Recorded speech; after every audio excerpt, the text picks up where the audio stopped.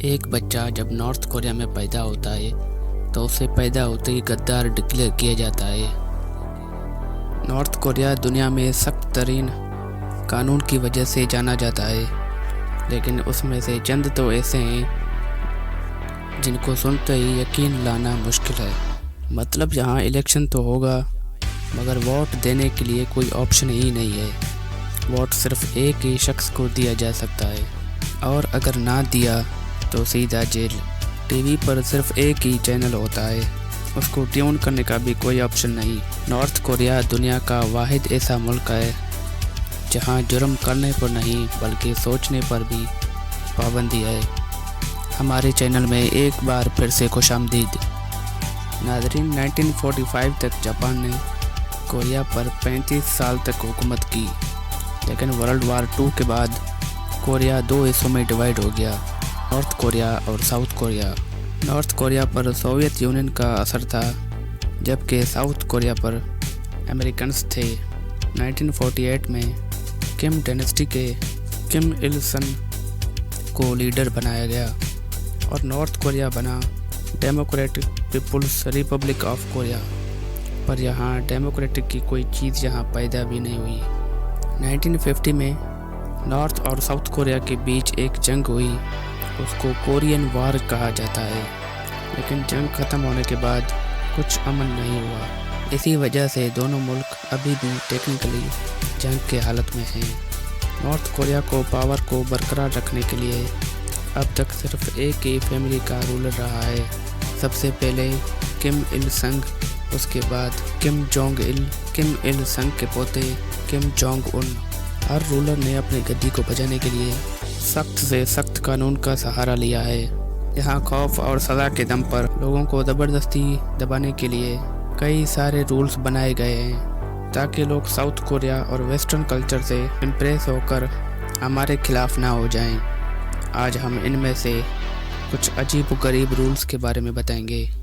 2024 میں north Korea نے سن glasses کا استعمال شادی کے ڈریس اپ پر پابندی لگا دی۔ یہاں میٹرو اور پبلک سٹی پر میوزک نہیں بلکہ کم فیملی کی اسپیچز چلائے جاتے ہیں۔ اس دوران کسی کو بھی ایک دوسرے سے بات کرنا الاؤ نہیں ہے۔ نارتھ کوریا میں اگر ساؤتھ کورین ڈرامے یا فلم دیکھتے ہوئے پکڑے جائیں تو اسے سخت سزا کا سامنا کرنا پڑتا ہے۔ یہ اس لیے کی جاتی ہے کہ عوام پر دوسرے ملکوں کا اثر نہ پڑ سکے۔ کوریا میں عام لوگوں کو انٹرنیٹ نہیں بلکہ صرف انٹرنیٹ استعمال کرنے کی پرمیشن رہتی ہے۔ یہ ایک طرح کا مکمل بند نیٹ ورک ہے جو صرف نارتھ کوریا کے اندر ہی چلتا ہے۔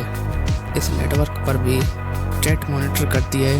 دیکھا جاتا ہے کہ لوگ کیا دیکھ رہے ہیں، کیا پڑھ رہے ہیں اور کیا بات کر رہے ہیں۔ اس طرح حکومت لوگوں تک انفارمیشن پہنچانے والی کو کنٹرول کرتی ہے تاکہ وہ باہر کی دنیا سے متاثر نہ ہو۔ نارتھ کوریا میں اسٹیٹ کے بغیر پرمیشن غیر ملک فون کرنا بھی اللیگل ہے۔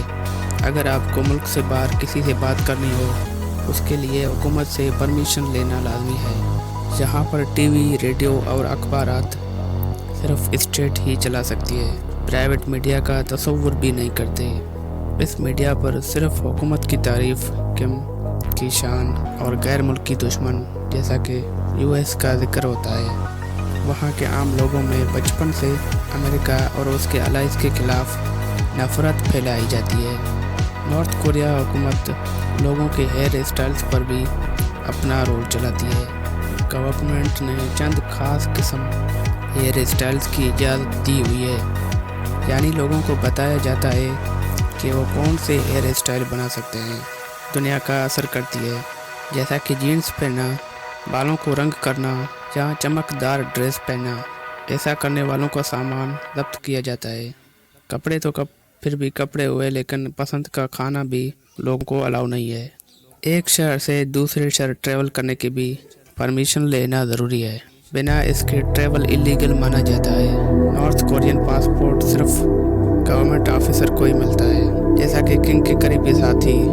عام پبلک نارتھ کوریا سے باہر جانے کا بھی نہیں سوچ سکتی۔